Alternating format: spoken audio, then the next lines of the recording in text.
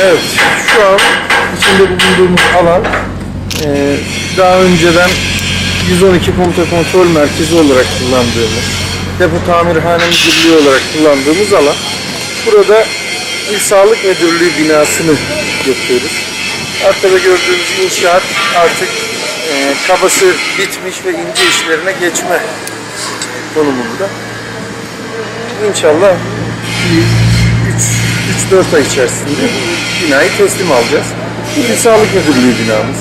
Yine şu anda yatırım olarak ilin çeşitli yerlerinde yine yatırımlarımız devam ediyor. Hem aile sağlığı merkezlerimiz, toplum sağlığı merkezlerimiz, bunun yanında hastane inşaatlarımız. Biliyorsunuz kadın doğum hastalıkları, çocuk hastalıkları, kardiyoloji ve kardiyovasküler cerrahi hastanemiz şu anda devam ediyor inşaat. Bundan önce orada incelemelerde bulunmuştuk. Orası da ciddi ölçüde tamamlanmış durumda. İnşallah onun da sırası bitmek üzere. O da inşallah 2015 yılı ortalarında teslim edilecek ve devasa bir yapıya sahip olacağız. Yine Çatak'ta şu anda hastane inşaatımız devam ediyor. Muradiye'de yine hastane inşaatımız devam ediyor.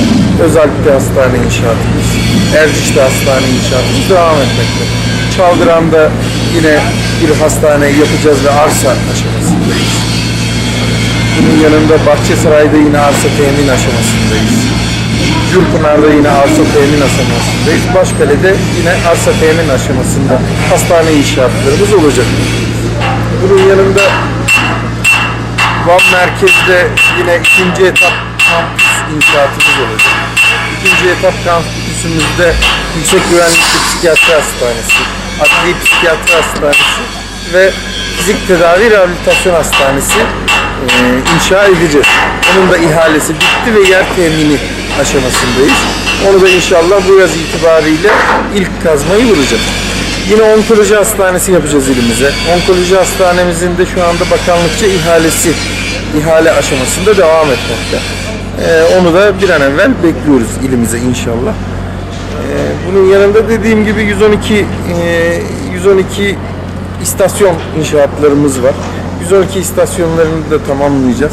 Ve bu süreç yaklaşık 2-3 yıllık süreç içerisinde bu inşaatlarımızın tamamı bittiğinde İnşallah Van bir sağlık kentine dönecek, sağlık şehri olacak ve sağlık turizmi açısından da artık ilimiz hastalarını bekleyecek. Çünkü çok devasa bir hasta kapasitesine sahip olacağız ve hemen hemen olmadık bir ünitemiz, bir servisimiz, bir kliniğimiz kalmayacak. Dolayısıyla bütün hastaları biz ilimizde tedavi edebileceğiz. İlimizde bütün hastalıkların çözümü olacak inşallah. Kadın doğum çocuk hastalıkları ve kardiyoloji kardiyovasküler cerrahi hastanemiz yaklaşık 139 milyonluk bir bütçeyle inşa edildi.